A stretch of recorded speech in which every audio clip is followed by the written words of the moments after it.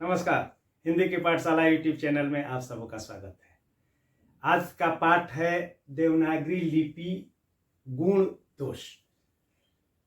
विशेष करके यह पाठ स्नातक प्रतिष्ठा तृतीय खंड की परीक्षा दे रहे विद्यार्थियों के लिए एक तरह से सामान्य जानकारी से संबंधित है। और अगर गहराई के लिए भी एक वीडियो तैयार है जो कि विहकाय है, वो भी दूंगा, मगर आज एक तरह से सूचनात्मक और परीक्षोपयोगी यह पाठ होगा। नागरी लिपि एवं हिंदी वर्तनी के दूसरे खंड में हम लोगों ने नागरी लिपि के ऊपर नागरी विरोधियों द्वारा उठाए गए या लगाए गए आक्षेप कि नागरी लिपि क्लिष्ट लिपि है, अवैज्ञानिक लिपि है, इसमें वर्णाधिक्य है, मात्राओं के संबंध में कोई निश्चित और निर्धारित नियम नहीं है, संयुक्त व्यंजन बनाने में भी कोई नियम नहीं है, इसमें वर्णाधिक्य है और दो एक ही ध्वनि के दो वर्ण हैं और उसके साथ साथ कुछ वैसे भी वर्ण हैं जिनके रूप दूसरे वर्ण से मिलते हैं, जिससे भ्रम की गुंजाइश बनती है। कि आरोपों पर हम विचार करने के उपरांत हम लोगों ने पाया कि ये आरोप क्या है, अनुचित हैं, व्यर्थ हैं, निराधार हैं और मनगढ़ंत हैं। अब इस खंड में हम लोग नागरी लिपि की विशेषताओं या उसके गुणों पर या उसकी वैज्ञानिकता पर विचार करेंगे।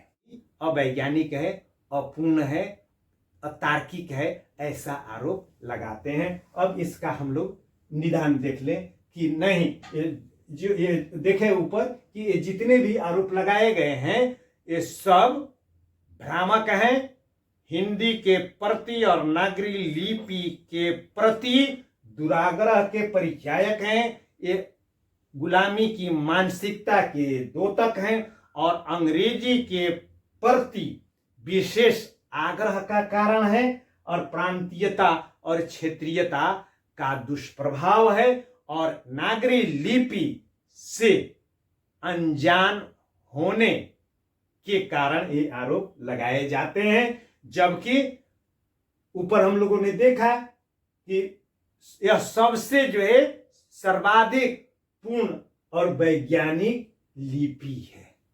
क्यों कि यह जो है अक्षरिक लिपि है और इसमें वैज्ञान तो इसको जो है आ जाए क्रमबद्ध में जान लें कि नागरी लिपि पूर्ण वैज्ञानिक लिपि है, क्योंकि इसकी वर्णमाला का मतलब यानी एक तरह समझ लें कि वर्णों की माला, ध्वनि और वर्ण में अंतर हम लोग समझे हैं कि जो उच्चारण या जो उच्चारणीय है, जो उच्चारण कर रहे हैं और जो श्रवणीय हो रहा है, जो सुन रहे हैं, वह क्या है, अक्षर या ध्वनि है। और जो उसको लिख दिया जाता है यानी कि लिप्यंतरित रूप, लिखा हुआ रूप क्या है, वर्ण है। तो वर्णों को की अपनी एक वर्णमाला है और वह वर्णमाला पूर्णतया वैज्ञानिक है और वैज्ञानिक ढंग पर व्यवस्थित है और उसको वैज्ञानिक और व्यवहारिक और तार्किक प्रक्रिया या तार्किक नियम अपना करके उसका वर्गीकरण भी किया गया है। तो सबसे पहले तो उसको स्वर और व्यंजनों में बांटा गया है, जबकि नागरी लिपि में रोमन लिपि में स्वर और वर्ण का कोई जो है बहुत कोई निश्चित नियम नहीं है। यू कभी स्वर हो जाता है, कभी व्यंजन हो जाता है और वैसे ही एच व्यंजन है मगर स्वर हो जाता है, मगर यहां पर वो घालमेल नहीं है। स्वर है तो स्वर है, व्यंजन है तो व्यंजन है और उसके लिए स्थान भी निर्धारित है और यही नहीं, उन स्वर और व्यंजनों का वर्गीकरण भी पूरी तरह जो है वैज्ञानिक ढंग से, यानी कि स्थान और प्रयत्न, स्थान यानी कि किस स्थान से वो उच्चरित होती है और उसके लिए जो है क्या प्रयत्न करना पड़ता है, मुंह खोलना पड़ता है, बंद करना पड़ता है, कितना बंद करना पड़ता है, इस सब का ख्याल रखते हुए वर्गीकरण किया गया है। अब इसमें जो है देख लीजिए कि अब क ख ग घ अंग है, तो ये सभी पांचों ध्वनियां कहां से, कंठ से जो है उच्चरित होंगी। और उसमें अंतिम, तो वो अंतिम जो वर्ण है अंग, और प्रत्येक वर्ण का जो है पांचवा वर्ण, उसको अनुनासिक जो है कह दिया गया है। और मगर वहां पर भी न अंग जो है कंठ से जो है के पास ध्वनि को रुकेंगे और नाक से निकालेंगे तब ही जो है अंग होगा, तो पूर्णतः वैज्ञानिक है। वैसे ही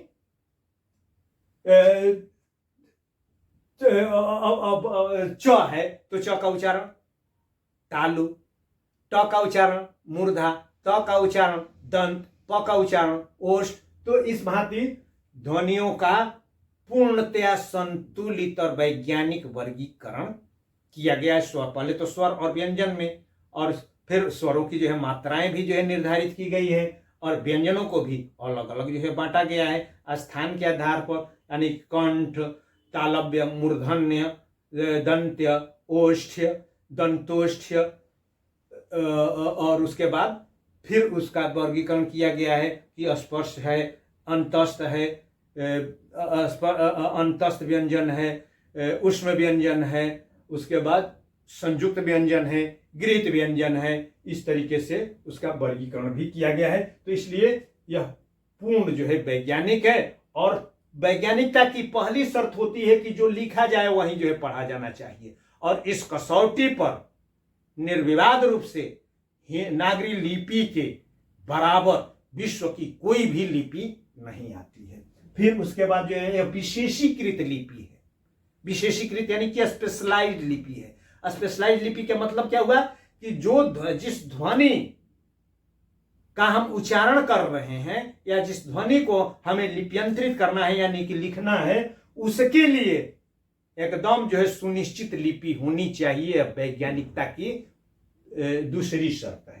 पहली शर्त क्या है कि जो लिखा जाए वह पढ़ा जाए, और दूसरी शर्त कि वह जो प्रत्येक के लिए अलग अलग जो है चिन्ह होना चाहिए, कंफ्यूजन जिससे नहीं हो। जबकि और हिंदी में या नागरी लिपि में ये विशेषता है, जबकि और किसी भी लिपि में, और जिस रोमन लिपि की बात होती है कि यह अंतर्राष्ट्रीय लिपि है, उसमें तो और जो है गड़बड़ घोटाला है। स के भी स, क, च के लिए बहुत सारे विकल्प मिल जाते हैं। चोपड़ा साहब केमिस्ट्री पढ़ा रहे हैं कि चोपड़ा साहब केमिस्ट्री पढ़ा रहे हैं, अगर जो है नहीं तो कोपड़ा साहब केमिस्ट्री पढ़ा रहे हैं। अब दोनों में से जो है एक ही CS से लिखा जाएगा, मगर जो है कितनी जो है परेशानी होती है, उधर व्यंग में हम लोग उड़ाते हैं। वैसे ही समृद्ध लिपि, समृद्ध लिपि उसको कहते हैं जिसमें जो कि उसके भाषा के में जितने जो है कि में जितनी ध्वनियां हैं उन सभी ध्वनियों को वह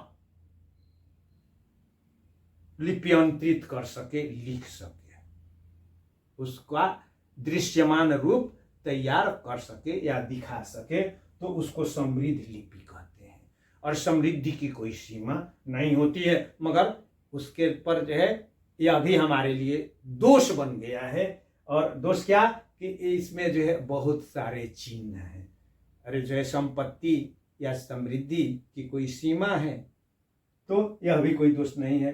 तो फिर अगला है कि जो लिखा जाए वहीं पढ़ा जाए। तो हिंदी लिपि में और नागरी लिपि की एक खासियत है कि जो लिखा जाता है वहीं पढ़ा जाता है, और जो पढ़ा जाता है अगर सावधानी पूर्वक सुने, या जो अभ्यासी हैं या हिंदी नागरी लिपि के जो जानकार हैं वही लिखते हैं। अगर उच्चारण गलत नहीं हुआ तो बिल्कुल सही सही जो है सही सही बोली भी यह लिपि भाषा जा सकती है, और वही हूबहू लिखी भी जा सकती है, जो कि अन्य किसी लिपि में ऐसी व्यवस्था नहीं है। तो इसलिए यह लिपि क्या है, वैज्ञानिक है, सारे सर्वगुण संपन्न है। और उसके साथ यह आक्षरिक लिपि है। आक्षरिक का मतलब जो होता है अक्षर के अक्षर, और कि माने एक ध्वनि के बाद दूसरी ध्वनि, दूसरी ध्वनि के बाद जो है तीसरी ध्वनि का एक निश्चित जो है क्रम होता है। सिर्फ हर्षई और हर्षौ दुर्घौ को लेकर के कि नीचे ऊपर, अन्यथा अन्य सारी ध्वनियां या सारे जो है सारी मात्राओं के साथ जो है ऐसी समस्या नहीं आती है। और इसलिए अब साम लिखना है कि पसाम लिखना है, केमिस्ट्री लिखना है कि केमिस्ट्री लिखना है, एक परेशानी इससे नहीं आती है, क्योंकि यह अक्षरिक लिपि है। और अक्षरिक लिपि होने के कारण इसके लेखन में गतिशीलता है, यानी कि गति आती है। अब वहां पर चूंकि वो विवरणात्मक या वर्णात्मक लिपि है रोमन लिपि, तो उसमें दिक्कत आती है, क्योंकि हर एक अक्षर को जो है टाइप करना पड़ता है, लिखना पड़ता है। यहाँ पर हम लोग मात्राओं से भी काम चला लेते हैं। फिर उसके बाद यह लिपि किसी भी भाषा को लिप्यंतरित करने में समर्थ है, यानी कि रोमन लिपि में वो शक्ति नहीं है। उसमें हम लोग टाइप सब देखे होंगे मोबाइल वगैरह पर, जो है आप लिखिए ना कि स छ ख स्र या संयुक्ताक्षर प्रतीक संयुक्ताक्षरों को जब लिखने लगेंगे तो रोमन लिपि में विकल्प जो है देता है गूगल, तब जाकर के उसको जो है चुनते हैं। मगर नागरी लिपि में वो विशेषता है कि यह विश्व की किसी भी लिपि को लिप्यंतरित करने में, यानी कि रोमन हो, जर्मन हो, फ्रेंच हो, इटालियन हो, अरबी हो, फारसी हो, सबको, सारी भाषाओं को नागरी लिपि में लिखा जा सकता है। और यही नहीं, गूगल ने सीडेक पुणे के सहयोग से ही आज जो है सारी देश की जो है सभी जो है भाषाओं को लिप्यंतरित करने में समर्थता हासिल, लगभग समर्थता हासिल की है। तो उसका कारण यही है कि सीडेक पुणे के द्वारा, जिस्ट सीडेक पुणे और आईआईटी कानपुर के द्वारा जो सॉफ्टवेयर जो है डेवलप किया गया, जिप्स्ट GIBST और इंस्क्रिप्ट लिपि के जो सॉफ्टवेयर विकसित किया गया, उसी सॉफ्टवेयर का इस्तेमाल करते हुए ही गूगल ट्रांसलेशन दे रहे हैं बिल गेट्स। तो ऐसी ये अपनी लिपि है, इस पर हमें गर्व होना चाहिए, और कि यह आज कंप्यूटर के लायक लिपि हो गई है। और इस लिपि के सहयोग से ही कंप्यूटर आज दनादन अनुवाद कर रहा है। फिर यह वेदवाणी, यानी कि हमारा समस्त जो है वांग्मय जो है वह इसी नागरी लिपि में है। यानी कि अगर नागरी लिपि को हम छोड़ेंगे तो अपनी विरासत से कट जाएंगे। तो और अपनी विरासत को भला छोड़ना चाहिए। अब ये जो है इन गुलाम मानसिकता से ग्रस्त लोगों से यह पूछा जाना चाहिए कि, और यह सामासिक लिपि भी है। सामासिक लिपि का मतलब यानी कि इस लिपि का जो जानकार है वह देश की जो है सभी लिपियों, जो विशेष करके ब्राह्मी से निकली है उत्तर भारतीय लिपियां, उन सभी लिपियों को अल्प प्रयास से ही सीख ही नहीं सकता है, उस भाषा के साहित्य को पढ़ भी सकता है। और चूंकि ये पूरे भारत की जो है सारी लिपियां, वो जो है तमिल दक्षिण भारतीय लिपि हो या उत्तर भारतीय लिपि हो, सभी जो है ब्राह्मी लिपि से निकली हैं। तो इस तरीके से सबके बीच एक सांस्कृतिक संबंध भी है। एक तरह से बहन माई मौसी का जो नाता जोड़ते हैं संस्कृत और हिंदी के बीच में, तो वही संबंध यहाँ है। तो इससे जो है अगर अपना लिया जाए तो सामासिक संस्कृति भी विकसित हो सकती है। तो मूल रूप से यह उसका संक्षिप्त रूप है। बृहद रूप का भी एक वीडियो मैं अपलोड कर दूंगा। अभी इतने की ही जरूरत है और यह पर्याप्त है।